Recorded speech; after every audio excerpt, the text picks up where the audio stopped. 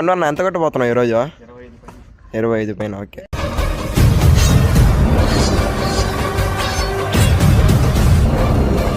వాసవన్ ఎంత కొట్టబోతున్నావు ఈరోజు? 30.